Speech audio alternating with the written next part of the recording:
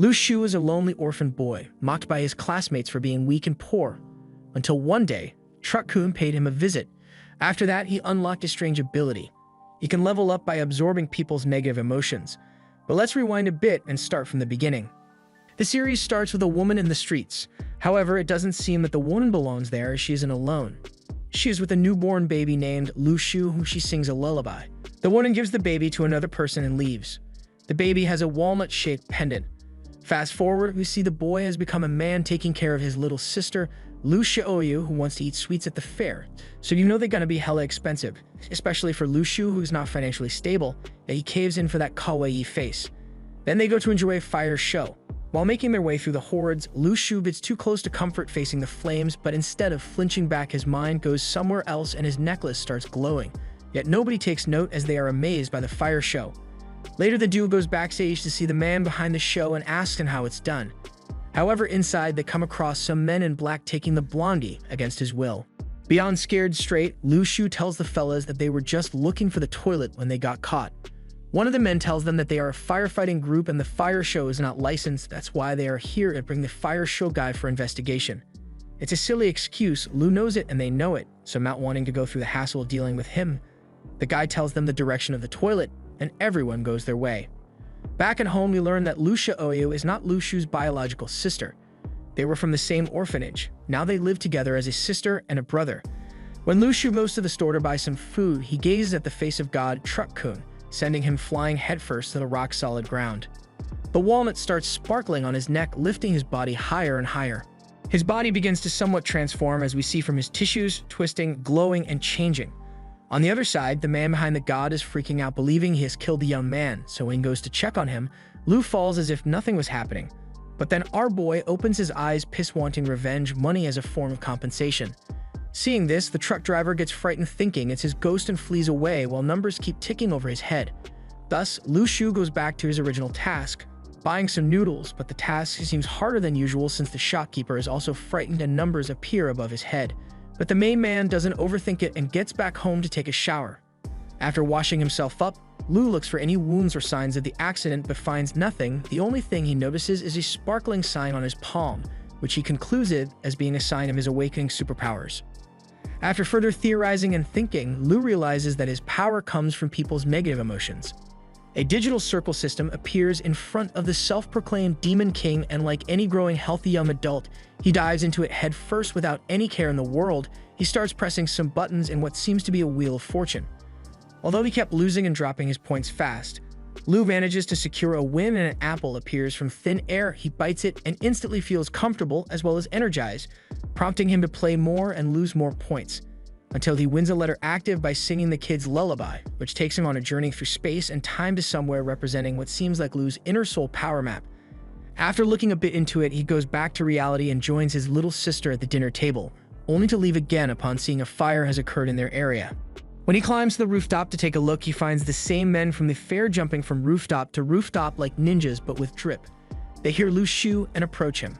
"What are you doing here?" they ask. Lu Shu lies to them, saying he's picking up dried radishes. Although the man recognizes him from before and doesn't believe his excuse, they send him home after not picking up what they call fluctuations. When Lu Shu gets back to his little sister, a sudden bump is heard. A man is laying in front of their house. Turns out it's the fire show guy. While Lu Shu and his sister are discussing and lingering around what to do with the guy, numbers appear above his head. Lu realizes he is conscious and starts teasing him for some points. Even after the man wakes up, like the Demon King Lu is, he continues messing with the guy. Fed up, the fire guy loses his temper and grabs Lu Shu's hand to roast him just like how our boy did. But nothing happens, so the man swallows his pride, calls it a prank, and leaves after Lu milks every last negative emotion from him. Lu's sister starts to question him, so he hints about his superpowers, but doesn't show her. When the main man goes to his room, he opens the digital system and buys what I think is a mushroom loaded with DMT, because what he experienced after swallowing looks like something straight up from the Joe Rogan Experience. After that, he can lift his bed easily. But sadly, there is no rest for the wicked, as Lu Shu is responsible for all the household duties and expenses. Thus, he takes some eggs to the bazaar to sell them, something his other classmate, the quote-unquote class leader, teases him about. Yet Lu not only doesn't mind it, but uses it to sell all his eggs and farm as many points from the class leader as he can. In class, Lu learns that more and more people are getting awakened, and that there are levels to it, A being the highest, while F being the lowest, and as you guessed it, in true high school anime fashion, our man turns out to be in the lowest rank. Just like his classmate that was just awakened is holding a teacher on the roof threatening to throw him if the men in black get any closer. Incredibly, Lu's gears start going and his devilish side comes to light as he steps forward and reminds the kid that even if he is a minor, he will be prosecuted and starts reciting the Chinese crime laws one by one, making everyone who went up to see some action miserable, farming points, and distracting the kids so that the men in black can take down the little rascal with some impressed judo techniques. After all is said and done, Lu heads back to the classroom and sees some nurses standing there. They want to take some blood samples for inspection, so he gets nervous as he does not want them to know about his superpowers. When he tries to weasel his way out of it, Lu gets stopped by a nurse built like a mountain, leaving him no choice. Back at home, Lu finds his little sister down with a fever due to her trying to wash his cloth in the cold. Therefore, he steps out and opens his magic screen to play on the Wheel of Fortune till he gets the good fruit for her to get better. And indeed, it worked as a charm. Her fever went away as soon as she took it. Then they kept repeating this cycle over and over till he gives her a bag of fruits, making her realize that her brother indeed was awakened. But her excitement turned to anger when the man starts mentioning that she needs to do her studies. The next day, it is announced at school that there will be a special class for special students with a special teacher. It turns out the special teacher is the man in black. His name is Shifei. Several students get chosen, among them Lu Shu, shocking the points out of them. Soon after, a new student arrives named Jiang Shudi, and immediately gets mistaken for a girl. So you know our boy is going to use it to his advantage and farm some point from his new buddy, who also turns out to be in the same special class Shifei is teaching. The class teaches the basics of fighting and leveling up. He then explains that potassium alloy is a liquid metal that can detect human blood against the reaction rate with the aura of heaven and earth, which is commonly referred to as qualification. When potassium comes into contact with the blood of people with potential for spiritual practice, it will change from silver to black. The darker the color, the higher the qualification. Based on the darkness, the qualification can be divided into 6 levels: A, B, C, D, E, and F. After the class, the qualification levels of everyone in this special class group will be published. The teacher also stated that the level of the qualification doesn't determine their future achievements, but their hard work is what does. Lu Shu's qualifications were F, putting him last in the class. However, there is a reason behind that, being before taking the blood test, all that Lu Shu had eaten was the refining fruit, so he thinks that the qualifications measured are relatively low, which can be good too, as he doesn't trust his new teachers that much. Speaking about the devil fruit, his stock of fruit ends, and so he starts to seek other rewards and ends up with a stinky tofu that attracts the attention of his sister. When he continues to play with his sister at his side, Lu finally wins something different, another sheet of paper, but this one is dark blue. It resonates with the sister, and she finds herself in space, just like what happened to our boy. When she comes back, she tells him that she is awakened. After that, Lu goes to bed and reflects on his day. That's when he comes up with the idea of selling the stinky tofu to earn money. Thus, atop the morning, he heads out, and on his way, he meets the grandpa living next door with Aunt Lin, who is having sword practice. The old G suggests he takes some sword practice lessons, but Lu refuses, earning some points. He later earns some more from the repulsive smell of the tofu driving the people away, but one brave soul decides to try and instantly falls in love with it, attracting the attention of others who also try the stinky dish, which turns out to be a mega success, earning him a good amount of money. Over time, he keeps going at it, earning money from the tofu and negative points from the smell, which he uses to buy more mushrooms and practice in the other realm till he was able to break through the Star Nebula first layer in his power map, which in turn unlock a cool-ass sword that he can control with his mind. Back at school, they start to practice with a spiritual stone. It has a lot of energy in it, and it's a resource for cultivation. Lu Shu uses the spiritual stone that doesn't seem to be enough for him, as his celestial map seems too much to handle with one measly standard stone. So the next day, Lu asks Jiang what he experienced so he can say the same thing when questioned in class. Speaking about in-class activities, the class leader challenges our boy to an arm wrestling match, knowing he is just an F rank. Lu gladly accepts it and wins the match in tons of points after embarrassing the leader and annoying the classmates by telling them the leader has helped him to awaken. When the trap asks him about the awakening incident during lunch, Lu uses it further tease the boys and farm their negative energy. He then asks the trap if he knows anything about Shifei and others, to which the boy reveals that they work in Earth Network. Above the Earth Network is the Heavenly Network, the members of which are very few. At night, Lu Shu and his sister are at home chilling, when all of a sudden, he senses a strong aura. It belongs to a guy who we will be referring to as the Chinese Eren Yeager because, why not? After showing respect to the old G at his doorstep, Eren proceeds to enter the household, where the man is seen sitting in the dark with a fan in hand like a boss. He pours a cup of tea to the young man who says, "Master Li, you are truly a generous person." Further adding, the Earth and Heaven Network needs a talented person like you to maintain world peace. But the old man refuses to join back as there is a belief that he who joins the association can't run for office. Post-puberty, Eren respects his decision and hopes one day they won't be enemies. He finishes the conversation before leaving by saying the director of the local association can only be him. Seeing the amount of respect given to the old G by the Heavenly Network, Lu decides he needs to learn more about his neighbor and thus reconsiders the decision to sword practice with him. The next day, people in school gossip that Sao Kingshi is the fastest practitioner of the current special class, and it seems that every time our boy crosses path with her, something in him ticks.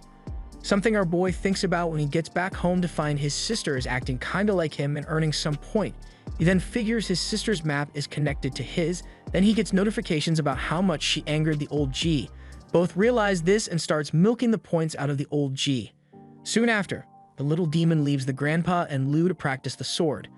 The G grabs a regular piece of paper and tells him that everything can cut. He then proceeds to infuse the paper with chakra, turning it into a razor-sharp blade that can cut the ground and the wall in front, which amazes Lu Shu. Grandpa's strength and wisdom inspire the main man, and he starts to practice his hockey mastering technique.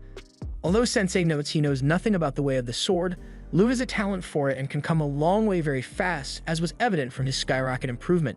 After the lesson ends, he asks Lu if he would like to take more responsibility one day if he has greater power. Lu replies no, something the old man understands and respects. The next day comes, and with it one of the Heaven Network officers who tells his old mentor there are signs of reappearance regarding the ruins in the various locations of this country. Even the ruins themselves are also an inseparable part of our country. Hope the association don't interfere on opening day. Further adding, you can strike me back with a single slash of the sword. Nothing can hold you back. And there's something more. The last seat of the Heavenly Network is always blank. Looking forward to the day when we can cooperate with the association and we long for world peace. Then he leaves after Lu's arrival. Lu remarks, "Isn't that an important figure in the network?" To which the old man answers that he's just a level B commoner. Then the grandpa gives Lu Shu potassium alloy to test his qualifications. Lu tests both his and the little cutie. His turns into a star image resembling his celestial map, while his sister turns pitch black just like a wormhole. Needless to say, there's nothing about that on the record, indicating his power level, although can be compared to others, cannot be measured in the standard ways, so he decided to keep the results a secret and goes to bury the flasks. The old man appears from behind and asks him about the result, so he lies to Grandpa, telling him they are still F. Doubtful, the G leaves him. After that, Lu Shu practices his superpowers, and it turns out that the second layer nebula star gives the ability to protect oneself with a sparkly, ultra instinct kinda layer. Anyways, Lu Xiaoyu also breaks through the star nebula, but it's the first layer for her. And it turns out she can feel the energy of a recently dead creature around her and can control it like ants and birds. To test how big she can go, Lu Shu takes her to the stable to practice her new skill with pigs. She manages to summon a pig figure that appears to be angry, which is understandable. We too would be pissed if we were killed for bacon. That said, the pig's problems are about to multiply on a whole new level, as our mad lad to his sister's Korra first punches it to see if the dark soul feels the same, which in turn raises the question why in Lord's name he would know how it feels to punch a pig. Anyhow, the pig seems to feel and bleed like a regular live one, but it acts differently and freaks out when Lu pulls the soul dagger out of his head, ending the little piggy resurrection arc in a messy way. Naturally, seeing this, the little girl gets upset, so Lu promises to make it up for her. But then the siblings sense something happening in the city, so they move out to see what is going down, only to see his new teacher, with his men trying to capture a level D and 2 of his underlings. Shefe stands as he reflects fire shots one after the other. He then dodges the D-rank jump and continues to maneuver through the earthbender shenanigans. When the police arrive, the thugs leave with smug on their faces. Lu Shu and his sister were watching the fight, but he sends her home as he wanted to follow them, and it was too dangerous. Cornered inside a building like rats, the underlings voice their concern that they can't keep running anymore and they should surrender. Their leader says there is no peaceful surrender now and that they have 2 of the network men, reassuring his men that he will take them out of there. However, it wasn't the grand escape the underlings had in their mind, as their fearless leader grabs them from the back and knocks them unconscious. He then runs for it, using their bodies like shields and obstacles to slow the network.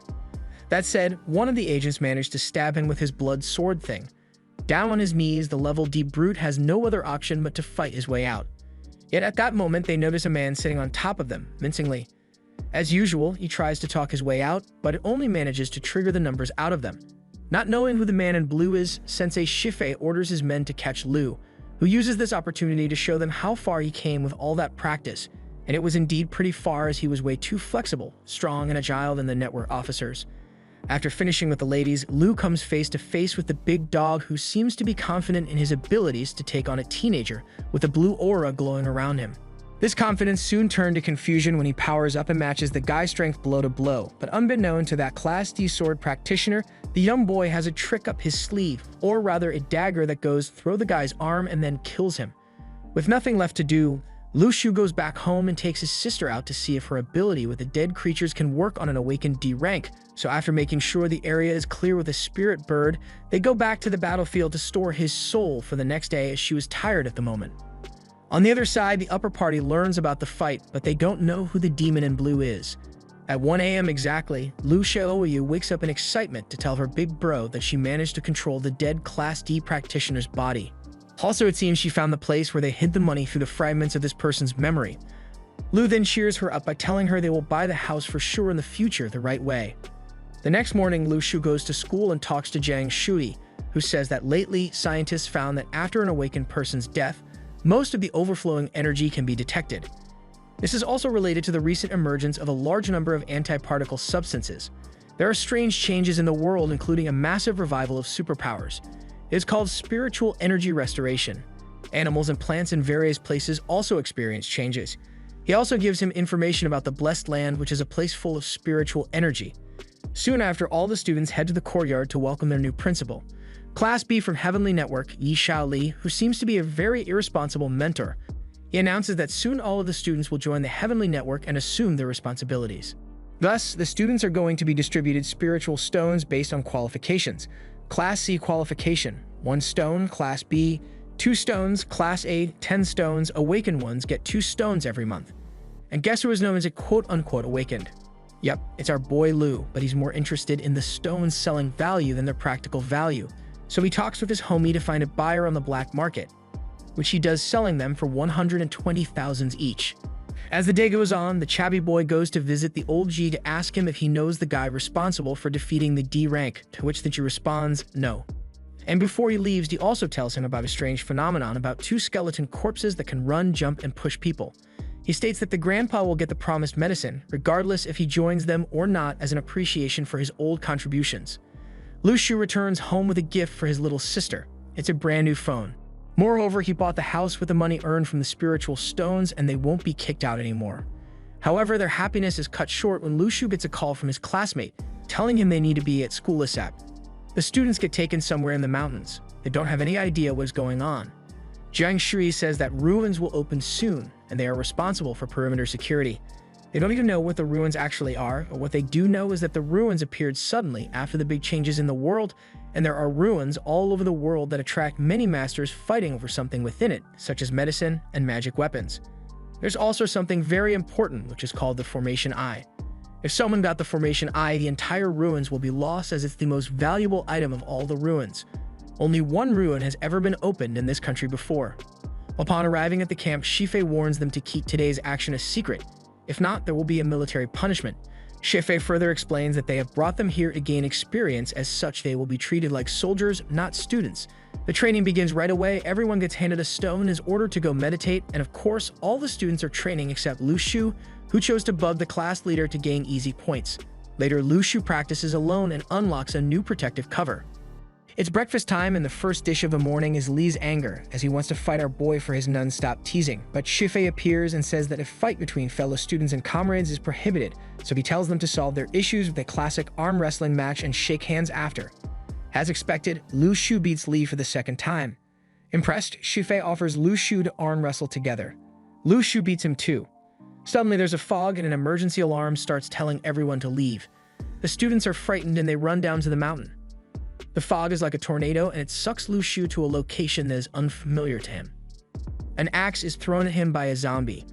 Lu Shu protects himself and beats the zombie, but unfortunately more zombies start to get out from the ground in great numbers, so he runs away. While running, he encounters some students who are afraid as hell. Zombies attack one of them, and Lu Shu uses the axe to fight them back and protect the students. However, at some point, a zombie manages to take the main man down. Struggling on the ground, Lu manages to break through that corpse's cold hold and cut its head in front of his schoolmates who decided not to help him. Thus, it was very understandable that he chose to leave them to look for his only true friend, the trap. Lu Shu wanders around the dangerous fields full of zombies. When it gets dark, he decides to look for a place to hide. Suddenly, he sees a sparkling fire flying across the sky. He hits it and seizes the fire flare.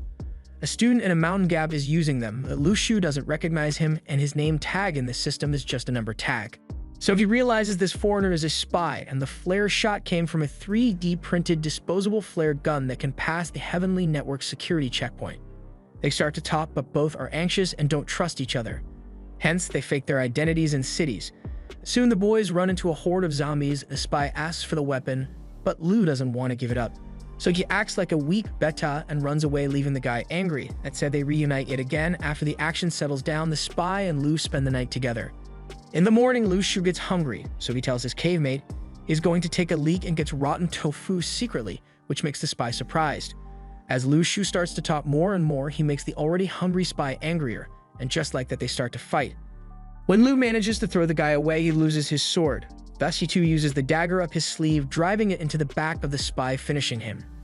After that, Lu Shu continues his journey into the unknown till he reaches a green oasis with clean running water to quench his thirst and fresh apples. When he goes to grab one, some squirrels start to throw stones at him. It turns out he can also gain points from the negative emotions of animals in this realm, as they have reached somewhat of emotional intelligence. That said, no chabby squirrel is going to stop our boy from getting these apples, as they are not only good to eat, but also replenish strength and quench thirst.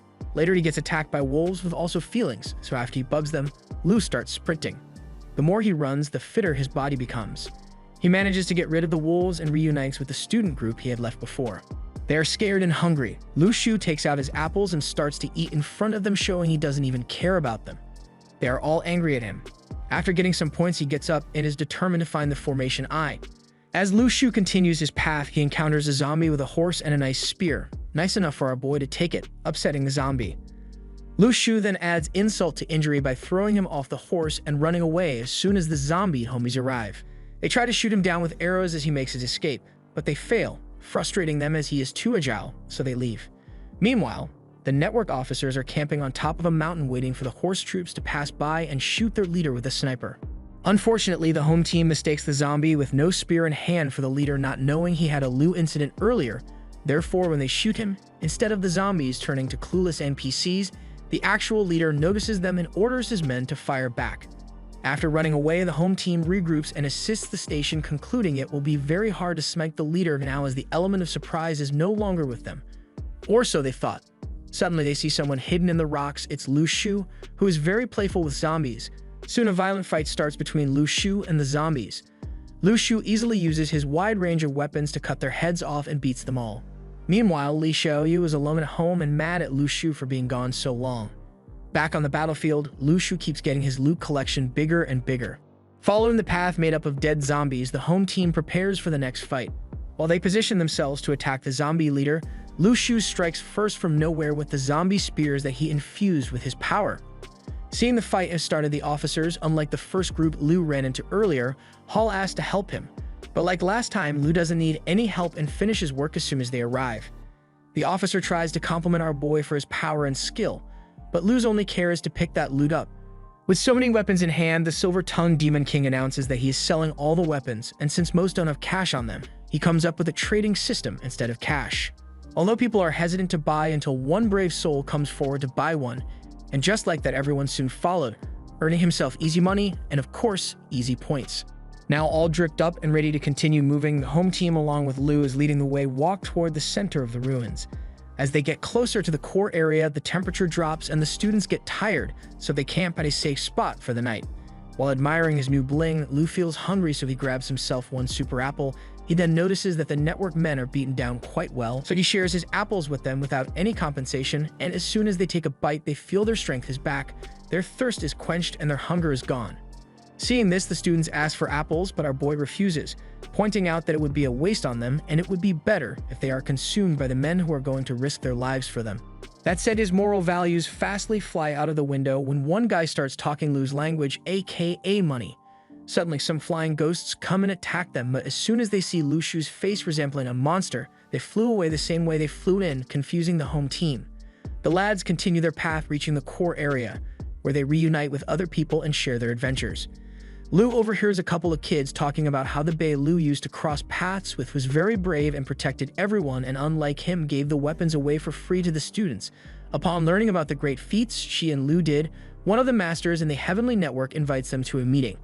He introduces himself as the new top officer till the B-rank Chubby Boy gets back and tells him to follow his instructions.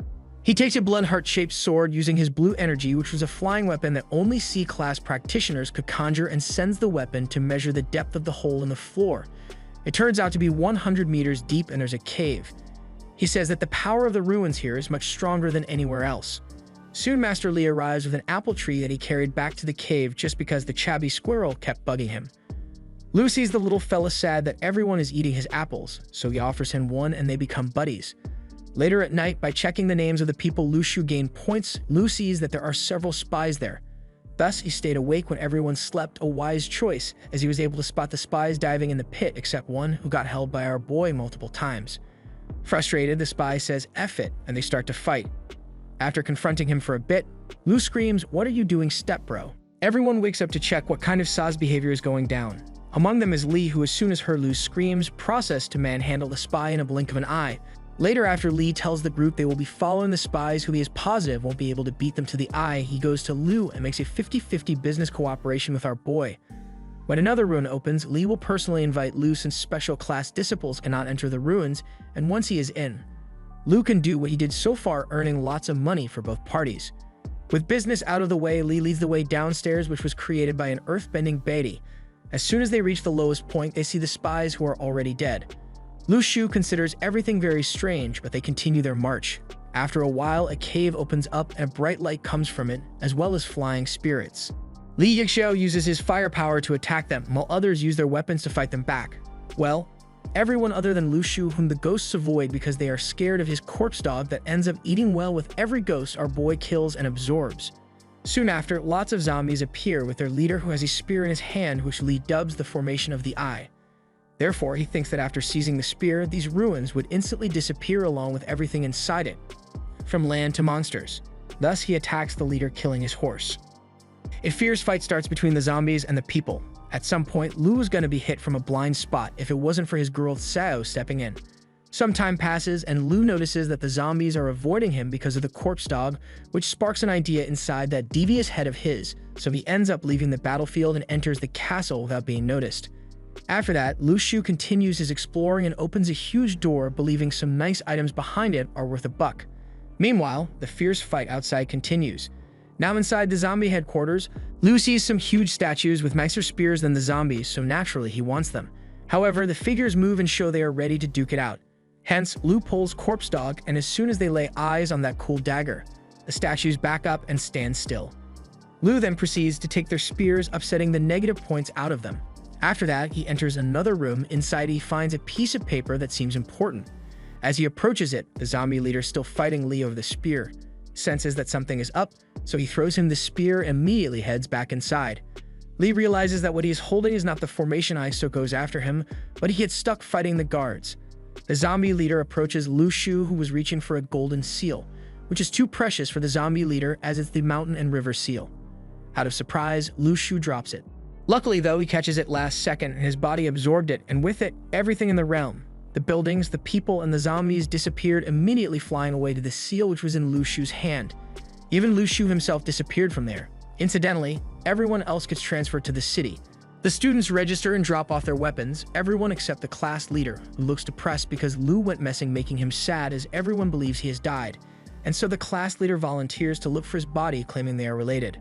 The bittersweet scene then turns comedic when Lu arrives and shifts the mood, teasing what now I presume is his brother. Speaking about siblings, after being finished with the weapons, Lu Shu goes home to his sister. He is welcomed not only by his little sister, who was extremely worried about him, but also by the old G and auntie, whom he thanks for looking after his sister while he was gone. He also thanks the old G for his training as it helped in the ruin. Finally, back to home sweet home, Lu Shu tells his sister about his adventures and shows her 2 pearls he got. The black one was from Corpse Dog absorbing the spirits and zombies, while the colorful one was from absorbing the spies. He then tells her that they can be used as food to power the spirits she can summon. Also, he hands her 2 last gifts, some apples from the ruin and, of course, the chubby squirrel, who gets frustrated seeing her eating his apples without sharing them with him. But then she wins him back with a potato chip and they become friends. Later, Lu Shu finds out that the seal of the mountain and river is a divine object that can observe the earth and that the aura there can be controlled. The only thing he needs to do is become stronger to gain access to the castle within. On the other side, 2 guys from the Heavenly Network think that the Formation I was taken by a spy, but they still don't have any proof.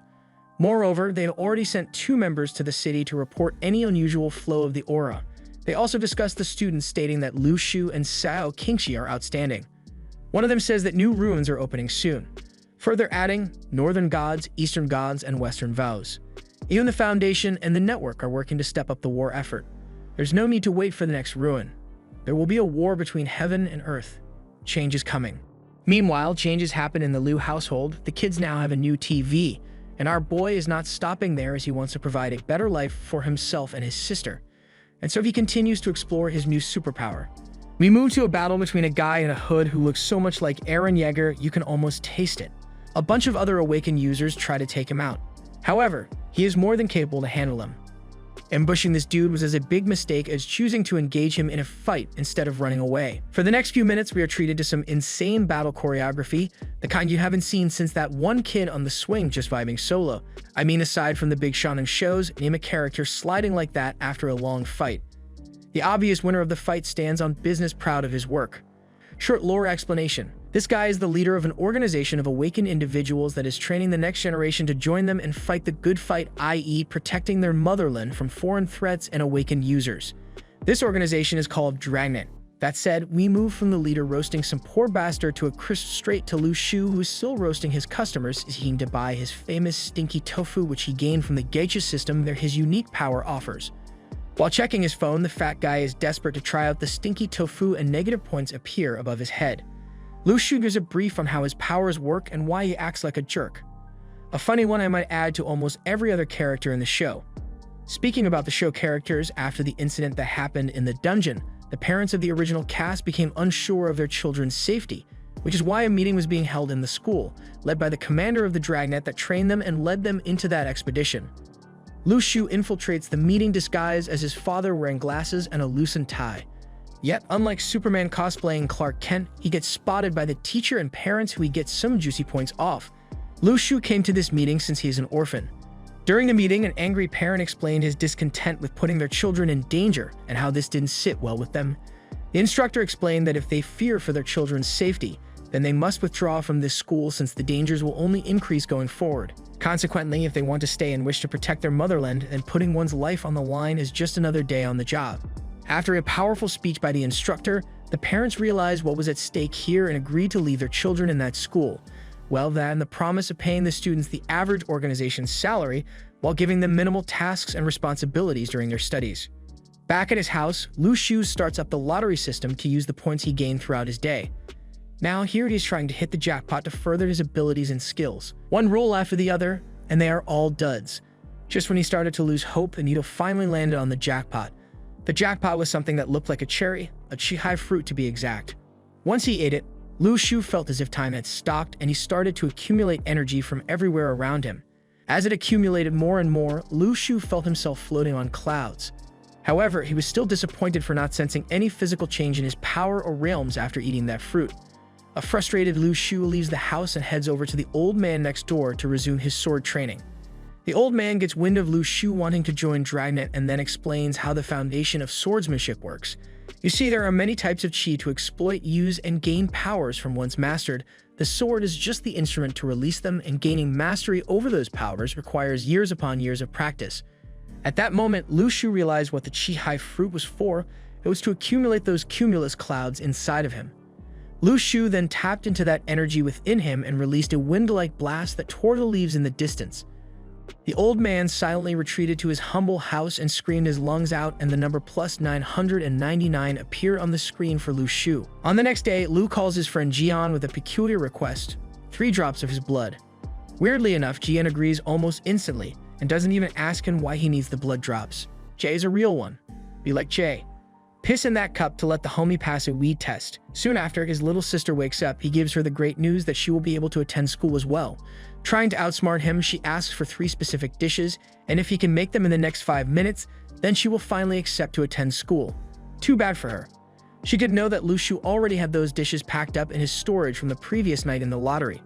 Much to her disdain, she agrees to attend the school, but not before pouring all her anger and frustration on the poor squirrel, who by the way was making a rat gang. After Lu Shu met with the principal to hand over his sister's papers and fake blood, he went to resume his sword lessons with the old man, during which the cat is out of the bag. The old man warns Lu Shu of the consequences of faking potential blood tests and the fact that the blood sample he took from his friend will be discovered in the morning since Dragnet keeps DNA archive data of all those that they have tested before. The old man then gives Lu Shu another blood test with B's spiritual power potential and urges him to switch the vials before sunrise or he and his sister's tests will be discovered to be fakes. Without taking any chances, Lu Shu woke up his sister and headed over to the school to change her results using her ability to control shadow constructs. Using the relic he gained from the dungeon, Lu Shu enters his ethereal form to follow the shadow and make sure that the path is clear. The shadow infiltrates the premises with ease and switches the vials. However, on his way out, the shadow clone is discovered by a night guard. One thing leads to another, and the shadow construct is sniped by an unknown guard. Luckily, it still manages to make its way out of the school. However, due to all the fuss, it is revealed Lu couldn't swap the blood bottles.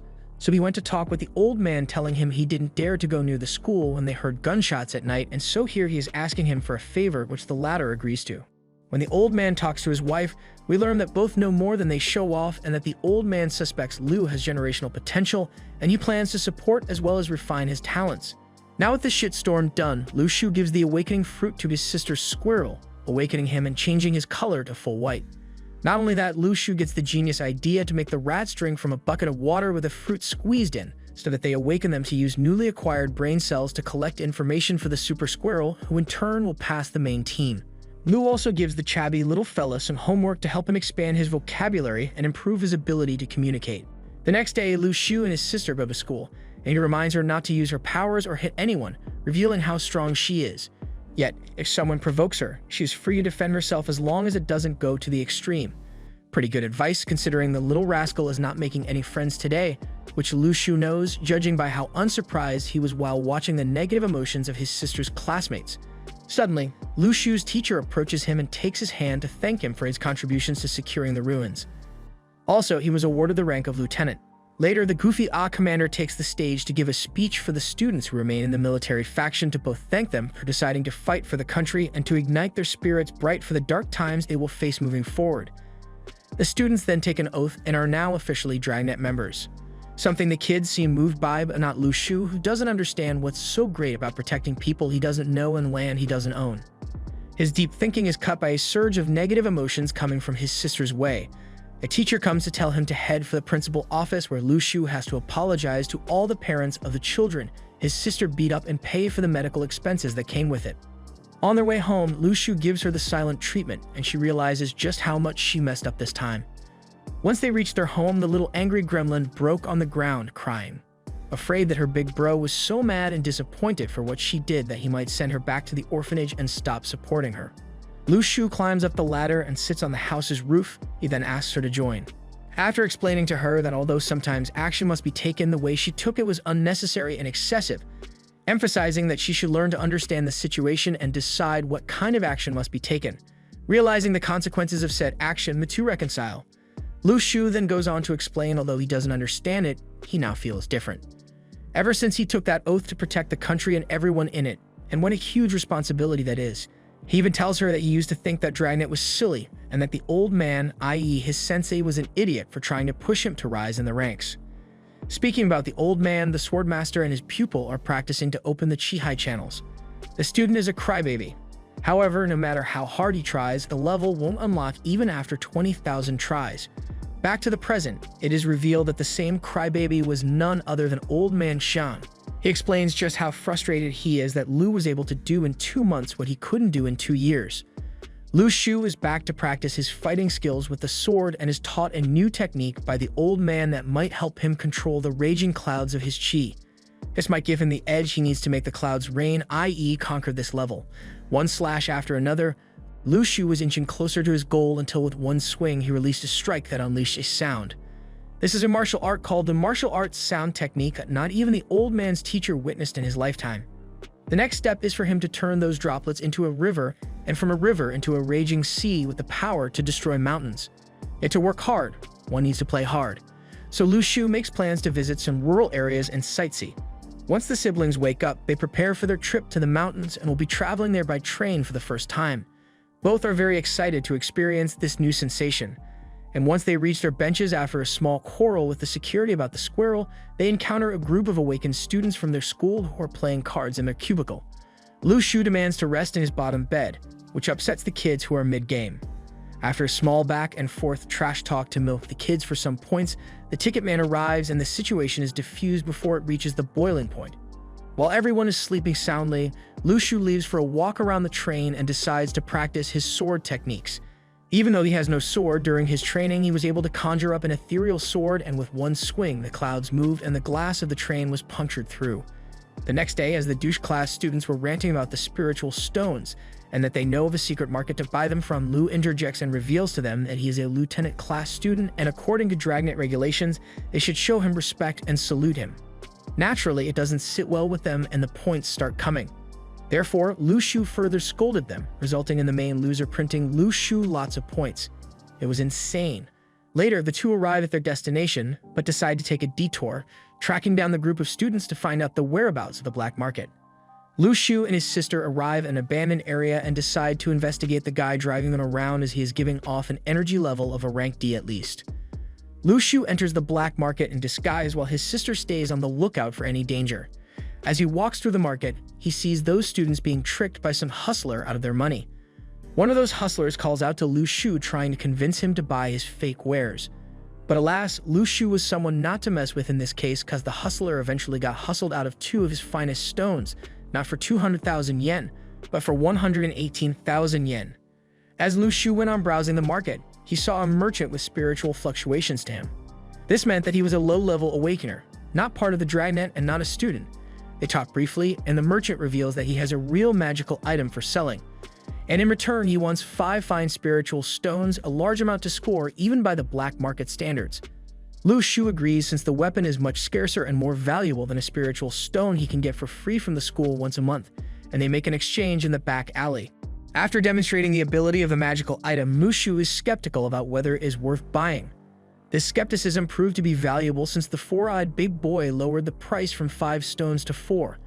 Once securing the deal, the mysterious man leaves the scene in a rush, but not before making sure to let Lu Shu know there are no takesies-backsies. Wondering if there is more to the magical item, Lu Shu tries it out on one of the students, but the results aren't the way he wanted them to be. The gourd was supposed to trap anyone whose name is spelled, but it didn't do that, and he didn't have any more time to test it out. That said, and seeing how the main douche collapsed to the ground and his friends reacted to it, Lu Shu concludes it can be a good device to find out spies fast. The next day, Lu Shu goes off with his sister and treats her to all kinds of food before going on their trip. Coincidentally, the merchant from before is on the same bus. Lu Shu managed to identify him from his energy and special item. Also, the loser squad is on that bus too. On the way, the guide speaks of a legend about a powerful magical mirror that the valley was named after. Later, while chilling in front of a lake at sunset, Lu Shu asks his sister to honestly tell him her favorite thing in the world, to which she answers that she loves being with him and around him all the time. Well, that and eating her favorite junk food. The wholesome moment gets cut short when Lu Shu feels a disturbance in the force. A spiritual power is approaching them. Turns out the Scythe Lord behind this disturbance was none other than the same guy that tried to burn our boy in Season 1. The blondie is there to meet up with the merchant. It is explained that the merchant's compass will lead him to what his heart truly desires. In this case, it's the mirror, so they can sell that powerful magical weapon to the foreigners to benefit from it. Upon hearing this, Lu Shu was like, "Oh no, not on my watch, buddy." Using his relic, Lu Shu entered his ethereal form, picked up the guy's motorbike, and just ran for the hills. Seeing Lu Shu sprint through the night with a motorbike on his back was the funniest shit ever. After passing by bystanders and rushing ahead, reports began to swarm the Dragnet that some weird motorbike was floating mid-air with no explanation. Therefore, the agency decides to form checkpoints around the area in hopes of tracking down the person who is behind of all this. Now, with those two slowed down for God knows how long, Lu Shu rushes back to the Ryu Mountains to find the item they were talking about. Due to it being a spiritual item, it must have a fluctuation to it. Sensing the fluctuation, Lu Shu heads off and discovers a hollow entrance in the ground. Shoving off the relic he won back in the first dungeon, Lu Shu summons a spear to break the entrance and enters a cave filled with traps. One wrong step can end someone's life. That said, this is the main character we are talking about. Lu Shu is no run-of-the-mill guy.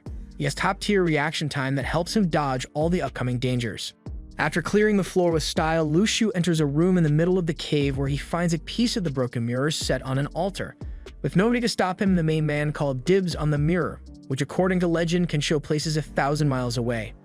But instead, it showed nothing but pure darkness, as the light from the mirror almost burnt his eyes off. From his perspective, it was the same as getting hit with a Phoenix flash bomb. Before he could try and understand how the mirror works, a notification appears on his point system, revealing that those two have just arrived at his location. The two lads fight over who should go down the hole first. Not being able to come eye to eye on who should take one for the team, the foreigner decides to burn everything up in the cave. Lu then talks to them from underneath and throws the mirror piece to them, tricking the two buffoons into using it. Once they use it, a powerful flash illuminates the night sky, and their pupils are introduced to a world of pain.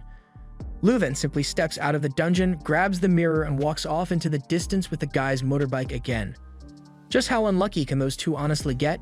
Exhausted and walking back to the camp, they stumble upon a car filled with Dragnet members looking for the so-called motorbike monster. The Dragnet members sense something weird about those two and decide to investigate further into the matter. When they ask those two about their identity, Liang Chen runs off as fast as he can to escape the Dragnet, but to no avail. Thus, a huge battle starts between him and those Dragnet members trying to apprehend him.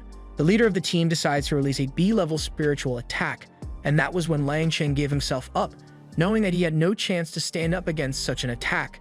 Soon after, the Dragnet investigators then discover the tomb and report that there was nothing on the altar.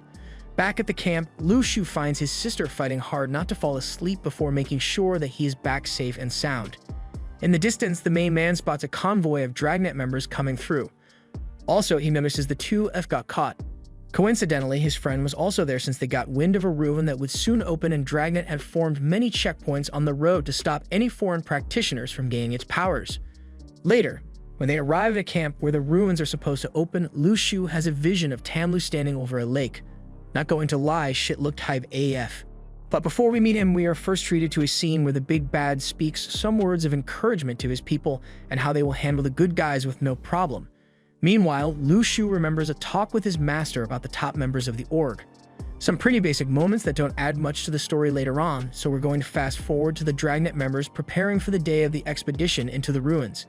In their tent, Lu Shu meets two other practitioners. Lu Shu doesn't care about who is tagging with him in a life or death situation, but his only interest is the gold watch Zhuan is wearing. During lunch, Zhuan looks up the background of everyone that was in that tent and realizes that Lu Shu is the same person who killed the Spectres, i.e. skeleton soldiers, back in the first dungeon and then sold their weapons to the students. As preparations are still underway, Chiao Qingqi makes an appearance since she's going to join the expedition as well. The two new lads in the squad tried to raise her but fail miserably. Like it was so brutal that for a moment it seemed they didn't even exist. If it weren't for the negative point, I would argue they were a fragment of the character's imagination. Yet they are no John Cena, as Lu Shu clearly engages with them. Zhuan warns Lu Shu of speaking English or any other foreign language in front of the old man overseeing the mission since he doesn't like them. Soon after, Lu Shu and his sister go exploring the lake and take a few pictures. Chen Bailey, the racist old man responsible for the expedition, interjects and asks not Lu Shu, but Lu Shu's little sister to become his apprentice. Quite shocking, I know, to imagine that there is an old OP character that is interested in a person aside from the main man. It was jaw-dropping, just like what happened to the duo when the old man used his powers as a show of strength and ended up killing the birds in the sky. Yet Lu Shu's sister refuses all his attempts to become his pupil since this show of strength and character made her scared of him. In the end, the only thing this scene establishes is that birds near his vicinity stand no chance when the old man gets frustrated. Thankfully, this NPC interaction gets cut short when the mist starts to rush towards them from all sides of the lake, a sign that the ruin is opening. Hence, the old-timer tells everyone to prepare for it immediately. As they are walking towards the ruins, Lu Shu explains to his sister that once they enter, they will be separated from each other with each teleported to a different location that might be close or far. So he urges his sister to head towards the center of the ruin where he will most definitely be. Also, during the walk, they discover that Zhuan is related to Chen Bailey. As soon as Lu entered the dungeon, he was greeted by a scenery of thick trees and lush fields. The main man then switched his focus to the sound of distressed students. After all, it was the first time they entered a dungeon. One of the students with the potential of an A-class calmed them down and elected himself as the group's leader. After some back and forth with the newly appointed leader, Lu suggests that they should climb up a tree and check where they are exactly, which will help in figuring out the right path they should take. Upon reaching the top, the main man used his spiritual energy perception to locate the middle of the ruin where the fluctuations were strongest. He then went down and suggested they camp here for the night, but due to his goofy attitude, his suggestion fell on deaf ears. The self-elected leader decided to keep exploring the ruins. A poor choice, I would say. Not because I am a camper, but because I watched lots of movies and vids where shit goes sideways while exploring the forest in the dark. Meanwhile, Lu Shu's sister is exploring the ruins where she encounters a wild boar that is glaring and roaring at her. Sadly for the boar, it picked the wrong damsel in distress, as she can summon a shadow knight to fight for her. And as evident by the notifications on Lu Shu's end, the little princess is doing fine on her own and even flourishing in the dungeon, as she is making any wild animal that crosses her path to suffer. Speaking about wild animals, Lu Shu back finds himself being swarmed by many wild beasts. Turns out they were seeking this spot for safety from the shining vines that grab and kill them for nutrients. Realizing that there is nowhere else to go but this space, the King of Hustle decides to take advantage of the situation and rack up as many points as he can from those creatures. Back to the other team, they are still being attacked by those trees and trying to make a run for it. They hear the voices of another group and regroup with them. The leader of the other group is a Dragnet member. He explains that their only option is to find an open space and camp in for the night. He then continues to explain that the one they just passed had a lot of beasts in it, so they couldn't stay there. This means their only option was to backtrack to where they left Lu Shu. The first thing they see is our boy checking the dental hygiene of the wild animals, or as normal people would put it, abusing them for points. Now, before you throw some hate toward the lad, you should know that death was the other option suggested by the group. After taking them in, the so-called leader asks for Lu Shu's forgiveness for not listening to him from the start. There was a pretty sweet moment that was second to the team leader asking him what they should do the next day. The person who asked him is a fully grown-up fledged soldier, and this moment shows how different our guy is built. But enough with the glazing. After Lu Shu advised them that they should continue exploring and advancing to the center of the ruin while taking shelter at night in safe areas, Lu Shu explained that he would be working separately from them, doing his own thing, probably trying to find his sister. The next day, the group's leader wakes up and finds that Lu Shu has already left the camping area. He then spots a student wanting to use some of his water to brush his teeth, considering the situation as a wasteful thing to say the least, especially since they don't know where to find another source of water yet. One problem after the other, they encounter beasts of all kinds and forms and a giant boar leading them. The same boar that attacked Xiaoyu the previous night, and to their surprise, she was riding the boar like a horse. Xiaoyu asks the campers if they saw her brother, and they point her in his direction while still flabbergasted at the sight of a young kid controlling all those wild beasts like loyal household pets. Walking through the forest, the beasts discover the stench of someone that she thinks is Lu Shu, so she then orders the animals to follow the trail of the smell. Sadly, all she can find is Zhu-an taking a piss, which throws her into a fit of blind rage. Although we couldn't see what happened next, Lu Shu's system monitor tells a story of pain and suffering. Lu then notices a group of officers looking for a place to camp, so he decides to join them to siphon off their bad attitude points. Incidentally, Lu Shu also hopes that maybe he will be able to unlock his 7th star on that day. Side note, one of the group's members is a spy. Thanks to Lu Shu's point system, he is made aware of the spy's presence. Therefore, our boy uses his special ability to get on everyone's nerves to root him out and discover which one is the imposter. At night, Lu Shu stands at the edges of the safe zone, not to guard the people, but to bully the animals seeking shelter for more points. Alas, not a single one shows up, as they are terrified of him and don't want to encounter the mad lad. With nothing else to do, Lu Shu decides to go ahead and tease the spy to grab as much bad emotional points as he can. Back at the camp, the group's leader explains since they are responsible for the safety of the students, they need to take turns on the night watch, and that he will be taking the first shift. The spy then says that he will take the second one, assuring the leader that everything is okay. With his shift starting, he walks towards a sleeping Lu, brandishes out his hidden weapon.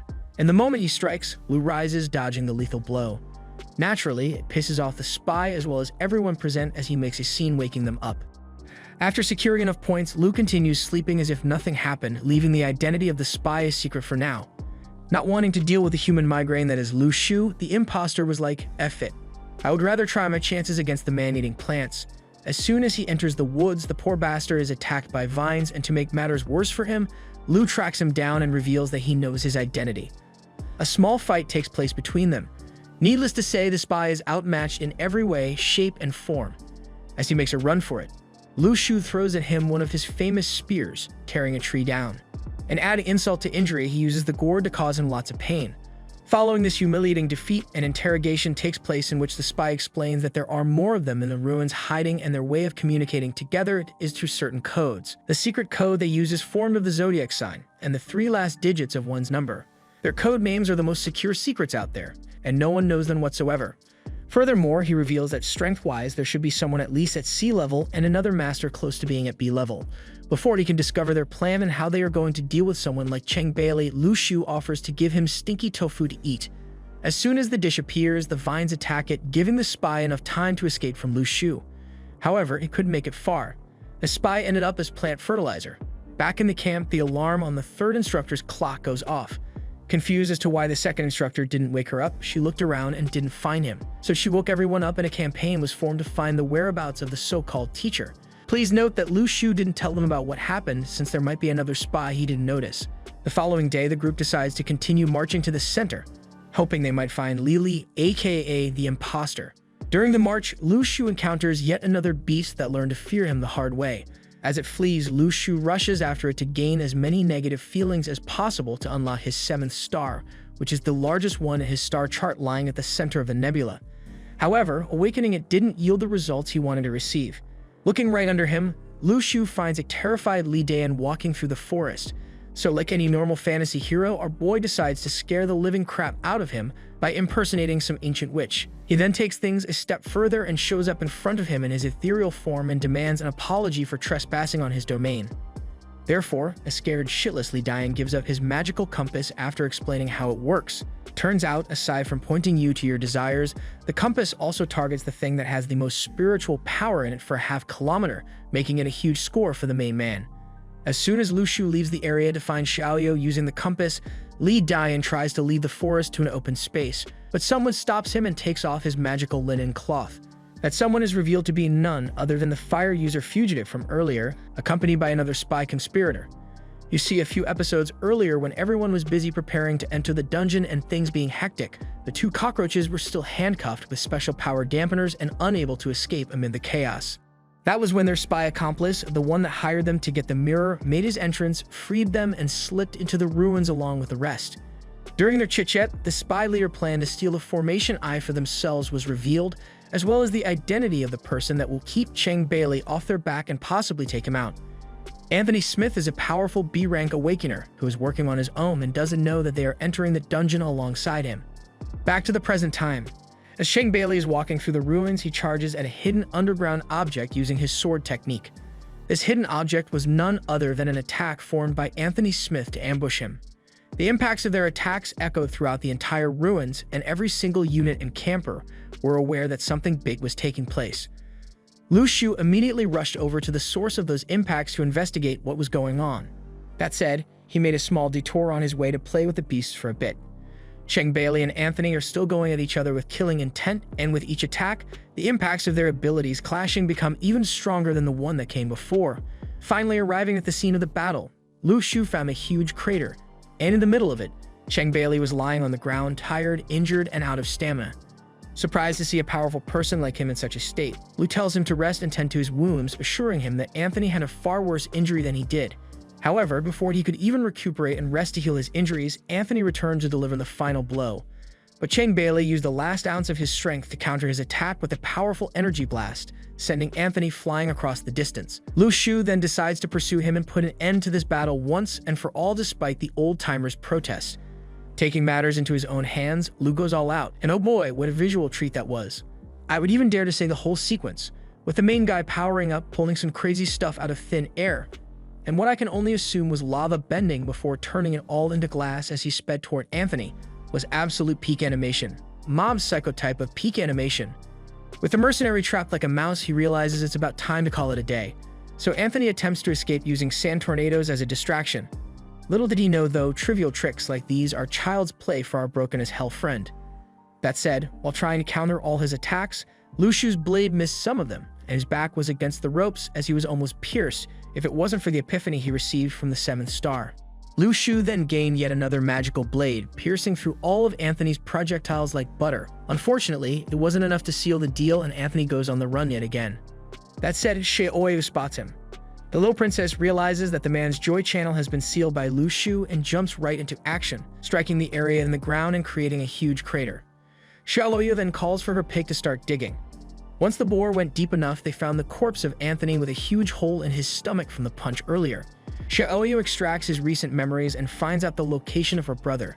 Speaking about the devil, Lu travels back to where Cheng Bailey is and finds him meditating. Seeing him in this state, Lu thinks that Cheng Bailey is dead until proven wrong. Cheng Bailey is surprised that the mad lad is still alive and well.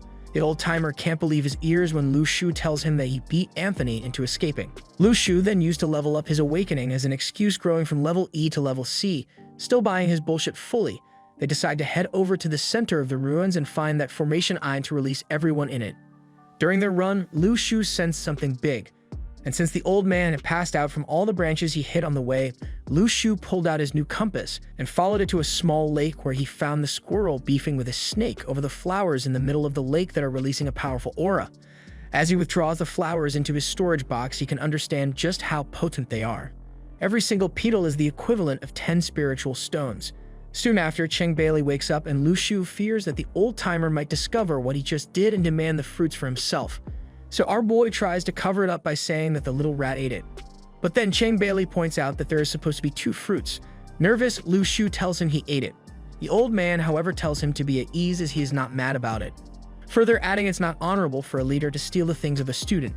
Seeing no negative feelings coming from the wise sage, Lu Shu concludes he is sincere with his words. And so Lu Shu gives him the fruits, only asking to credit him when making a report about the mission. Right after eating one, an enormous surge of power is seen searing through his body as he draws energy from the plants around him, gaining back the strength he exerted in that battle with Anthony, and even some more. Soon after, Cheng Bailey returns one fruit to Lu Shu as he doesn't need it. Xiaoyu shows up holding Zhu-an on a stick up in the air. The old man, of course, is not okay with seeing his grandson in such a state. Once she puts him down, Zhu-an tells his grandfather the cover-up story he came up with Xiaoyu as to who defeated the B-class strongman Anthony. At that moment, a beacon is lit, signifying that an exploration team has found the center of the ruins. Seeing this, Cheng Bailey sits down to regenerate his power through meditation, while Lu Shu decides to go ahead and explore the area further on his own. His sister interjects and refuses to let him go on his own this time. Spotting the enemy in the distance, Lu Shu heads first to gather information of their numbers and objectives. He then witnesses a member doing some scuff Naruto shit as a sign that he is one of them. Immediately, Lu Shu is reminded of Lily's words about each member's special code and how it is formed of their zodiac and the last 3 digits from their code name. Following this, Lu disguises himself as one of the Dragnet conspirators and walks out like a goofy side character. He throws up the hand sign and is allowed to pass.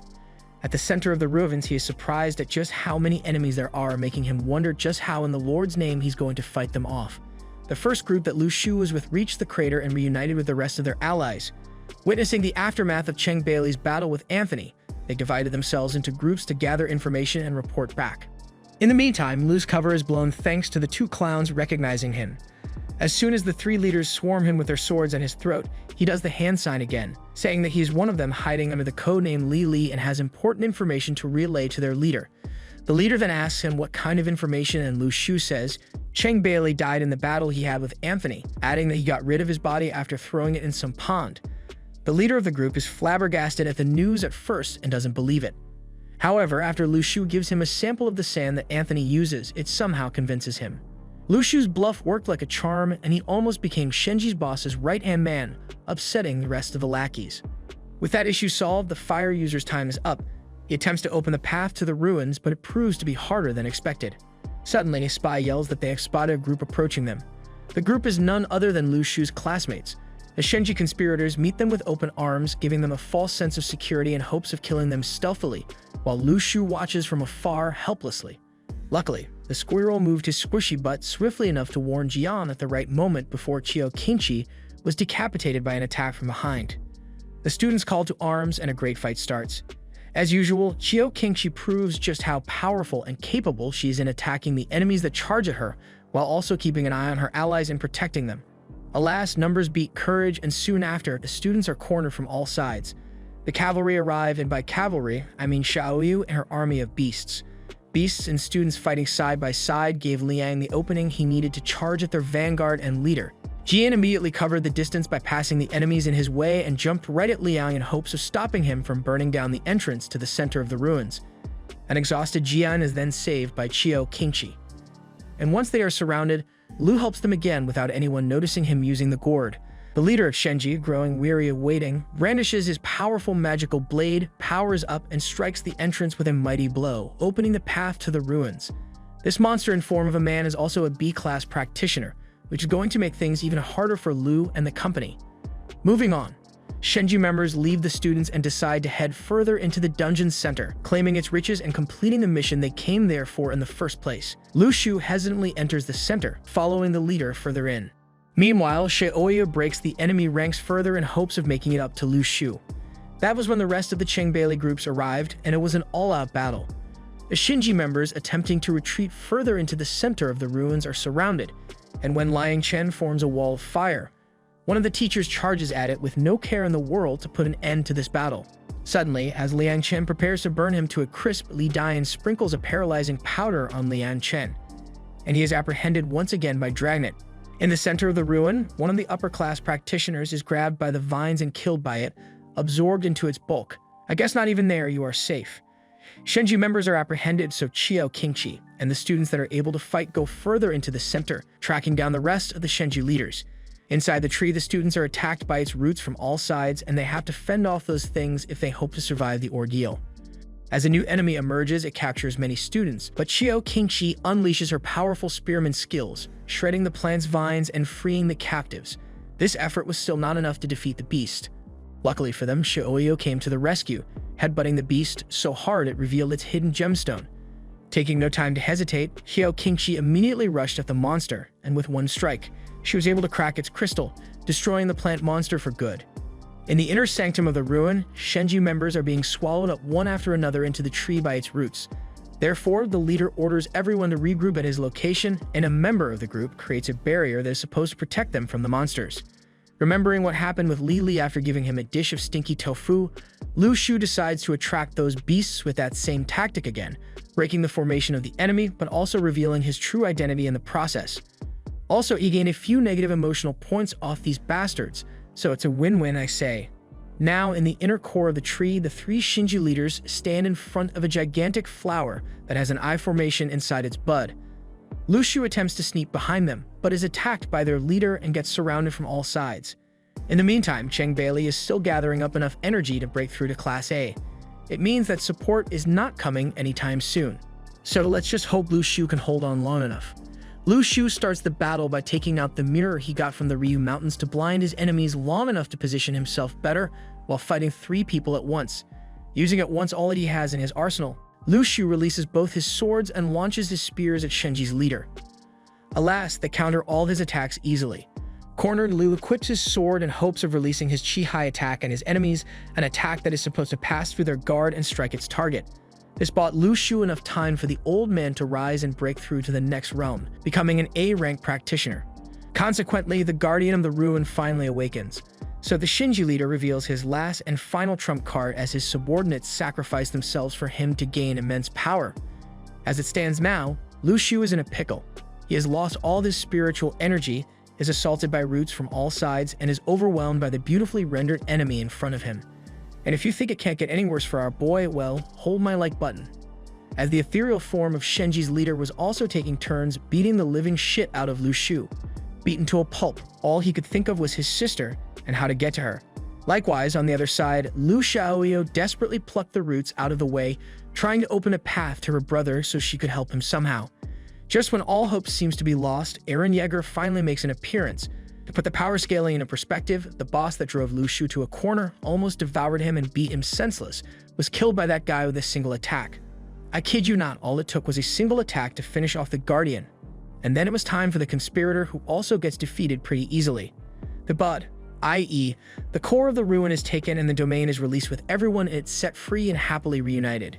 Qingbaili takes off first to Beijing, promising to record Lu Shu's credit in this expedition himself. After that, Lushu reunites with all of his friends and has a beautiful emotional reunion with his sister.